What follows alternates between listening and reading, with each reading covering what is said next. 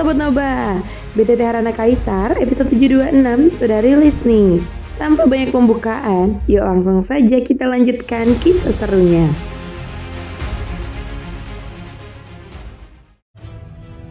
Di episode sebelumnya, Xiaoyan menunjukkan kekuatan absolutnya dengan menyapu bersih hampir semua pesaing di Aula Harta, mengumpulkan senjata ilahi dan pil hingga menjadi satu-satunya penguasa kekayaan di tempat itu. Ketika hanya tersisa 3 makhluk kuat yang memiliki kesadaran, 2 binatang buas dan 1 manusia, terungkap bahwa mereka bukan sekedar ilusi biasa, melainkan makhluk nyata yang terperangkap dalam mimpi penguasa ilusi. Menyadari tipisnya batas antara mimpi dan kenyataan, serta bahaya kematian di dalamnya, Xiaoyan memilih bertindak tanpa ragu. Dengan tekad mutlak, ia memutuskan bahwa demi bertahan hidup, hanya ada satu jalan: memusnahkan seluruh musuhnya. Xiaoyan sebenarnya telah berusaha memberi mereka kesempatan. Oleh karena itu, ketika kini ia memilih untuk bertindak dan membunuh mereka, hal itu sama sekali tidak dapat disebut sebagai tindakan kejam atau tanpa belas kasihan. Dengan kaki berpijak pada kilat, tubuhnya melayang di udara. 3 musuh melancarkan serangan secara bersamaan. Gelombang ofensif mereka datang bagaikan amukan ombak dahsyat. Pada saat ini, ketiganya justru bersatu padu, sepakat menjadikan Xiaoyan sebagai sasaran utama. Namun, Xiaoyan telah mengamati mereka dengan sangat cermat sejak awal. Ia menyadari bahwa di antara 9 kepala racun 9 tangan, terdapat 1 kepala yang fluktuasi sumber racunnya paling kuat. Bahkan kepala itu sama sekali tidak ikut serta dalam serangan. Hal tersebut jelas menunjukkan bahwa di sanalah letak kelemahan fatalnya. Dalam pergerakannya yang silih berganti, Xiaoyan hanya menyerang ke kiri dan ke kanan. Kecepatannya terlampau luar biasa, hingga ketiga musuh itu sama sekali tidak mampu menyentuhnya. Baginya, cukup dengan merangkap 1 celah sesaat saja. Jika ia bisa membunuh 1 lebih dulu, maka sisanya akan jauh lebih mudah ditangani. Dan saat itu pun tiba. Kilatan dingin yang nyaris tak terlihat melintas di mata Xiaoyan.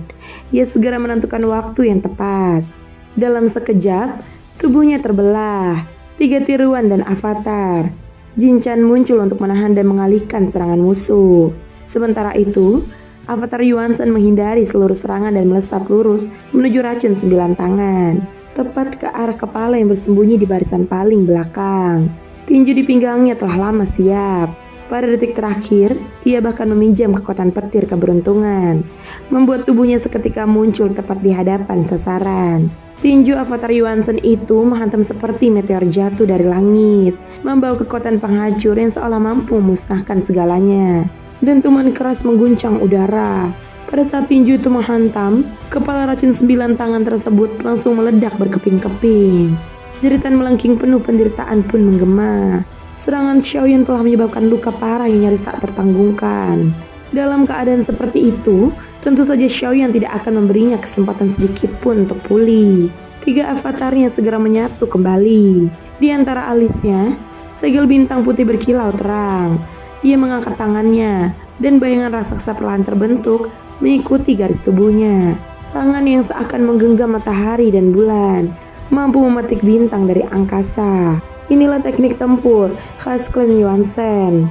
5 jari raksasa itu menutup dan mencengkram racun 9 tangan yang telah terluka parah. Dalam sekejap, genggaman itu mengatup dengan keras. Dari dalam telapak tangan raksasa tersebut, darah menyembur deras, disertai nyala api yang sangat pekat, membakar segalanya dengan cepat. Hanya dalam 1 tarikan nafas singkat, Xiaoyan telah membunuh racun 9 tangan yang memiliki kekuatan tingkat keempat keabadian dewa, alam pelampauan. Kini, kekuatan Xiaoyan telah melonjak jauh dibandingkan masa lalu. Pada tingkat keempat yang sama, baik dari segi metode maupun daya tempur, hampir tak ada sosok yang mampu menandinginya. Namun, setelah membunuh racun 9 tangan, Xiaoyan sama sekali tidak berhenti. Tubuhnya mendadak menghilang, lalu mengunci sasaran berikutnya, kera petir pembelah langit. Ia berniat menyelesaikan 2 musuh tingkat keempat terlebih dahulu, sebelum menghadapi yang tingkat kelima. Dalam hal kecepatan, kilat keberuntungan tidak kalah sedikit pun dari kera petir pembelah langit, bahkan justru jauh lebih cepat. Sayap kera petir berkilauan dengan loncatan busur listrik. Ia tampaknya telah merasakan datangnya bahaya besar yang mengancam nyawanya. Xiaoyan sama sekali tidak menaruh perhatian pada manusia tua dari ras manusia itu. Ia langsung muncul di hadapan kera petir pembelah langit. Jika ingin membandingkan petir, maka petirmu masih jauh lebih kuat, ucapnya dingin. Saat membunuh racun 9 tangan, tubuh Xiaoyan dipenuhi api. Namun kini, energi di sekeliling tubuhnya telah berubah menjadi badai petir yang mengamuk. Pada saat yang sama, lelaki tua itu juga menyadari keberadaan Xiaoyan. Ia berniat membunuh 2 makhluk ras binatang itu terlebih dahulu sebelum menyerang Xiaoyan, sehingga jelas ia tidak akan membiarkan rencananya berjalan mulus. Tepat saat ia hendak bergerak, avatar Yuan Shen Xiaoyan tiba-tiba meledak keluar dari tubuh utama. Dengan kekuatan avatar tersebut, menahan lelaki tua itu sama sekali bukan perkara sulit. Sementara itu, membunuh kera petir pembelah langit tidak akan memakan waktu lama bagi Xiaoyan. Petir menyelimuti seluruh tubuhnya. Ia mengangkat tangan dan meraih kilat yang langsung berubah menjadi cahaya petir di genggamannya. Dengan membawa petir sejati Haotian yang memiliki daya tembus mutlak, serangan itu pun melesat dengan suara menggelegar. Kera petir pembelah langit berusaha menghindar, namun roda cahaya berputar di mata Xiaoyan. Kekuatan kehancuran itu cukup untuk membuatnya terhenti. Bahkan satu tarikan napas saja sudah lebih cukup. Bulu emas kera petir yang berkilauan dengan busur listrik di bawah hantaman dahsyat petir sejati Haotian seolah tak berarti apa-apa. Tubuhnya langsung ditembus tanpa ampun. Namun, kekuatan ledakan itu jauh lebih besar dari perkiraan. Setelah mengalami luka berat, kera petir pembelah langit baru sadar kembali. Sayangnya, semuanya sudah terlambat. Ketika ia baru saja merebut kembali kendali atas tubuhnya, Xiaoyan telah muncul di atas kepalanya, mengayunkan penguasa Siwan yang diselimuti api tak berujung. Dentuman keras mengguncang langit. Tubuh praketir pembelah langit seketika hancur seperti boneka yang tercerai-berai. Pada saat itu juga, Xiaoyan memberikan serangan paling mematikan. Luka berat langsung berujung pada kematian. Seluruh rangkaian pembunuhan itu dilakukan Xiaoyan tanpa hambatan sedikit pun. Bagi dirinya, hal tersebut bukanlah sesuatu yang sulit. Kini, yang tersisa hanyalah manusia tua yang masih bertarung melawan avatar Yuan Shen. Xiaoyan tidak tahu berasal dari dunia mana orang itu. Namun baginya, hal tersebut tidaklah penting. Semua yang berdiri di hadapannya hanyalah penghalang di jalan kemajuannya. Tanpa perlu turun tangan secara langsung, meskipun lawannya adalah ahli tingkat kelima, Ranah Inti Kaisar, avatar Yuan Shen dari Tanah Dewa kuno sudah memiliki kekuatan fisik mutlak untuk menandinginya. Hanya saja, tanpa kemampuan penuh dari tubuh utama, membunuh lelaki tua itu memang membutuhkan sedikit usaha ekstra. Melihat 2 binatang buas itu dibunuh Xiaoyan dengan cara secepat kilat, wajah lelaki tua bermandikan aura yin itu menjadi sangat buruk. Bocah kecil, tak peduli dari dunia mana kau berasal, jangan bertindak begitu sombong. Dengan kekuatan tingkat keempat saja, jika aku serius, kau pasti mati. Namun aku masih memberimu kesempatan.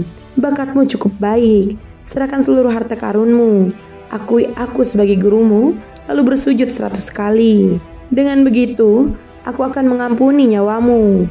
Sambil berkata demikian, lelaki tua itu mengayunkan tongkat tulangnya. Ia adalah tingkat kelima, Ranah Inti Kaisar, tingkatan yang sama dengan Su Xian Taiyi. Di masa lalu, sosok seperti ini adalah keberadaan yang bahkan tidak berani dibayangkan oleh Xiaoyan.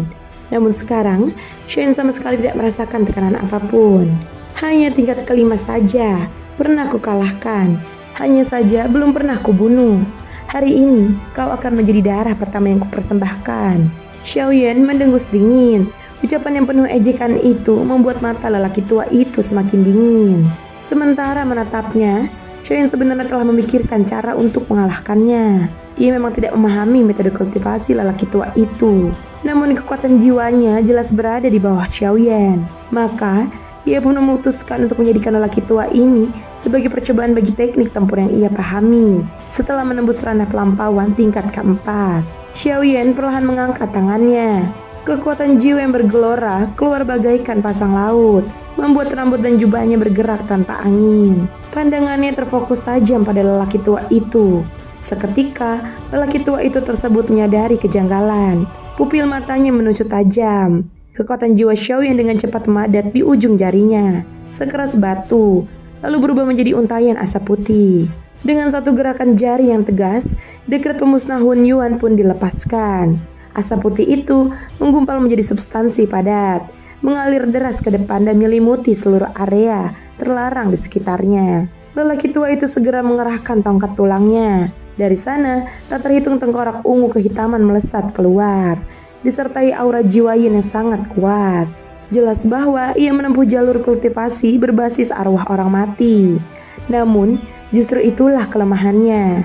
Teknik tingkat pelampauan yang dipahami Xiaoyan, dekret pemusnah Hun Yuan, memiliki daya hancur mutlak terhadap roh dan jiwa. Kekuatan satu jari itu bahkan jauh melampaui perkiraan.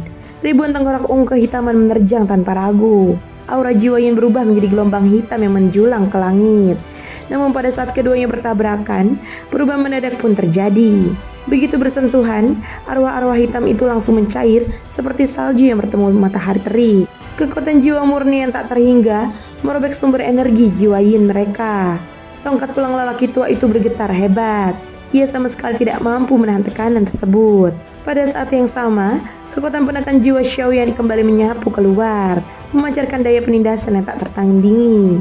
Satu dekret, satu tekanan, sangat tepat sasaran. Saudara, aku mengaku salah, mohon ampunilah aku. Namun mata Xiaoyan sedingin tinta pekat. Suara yang dingin perlahan terdengar, sudah terlambat.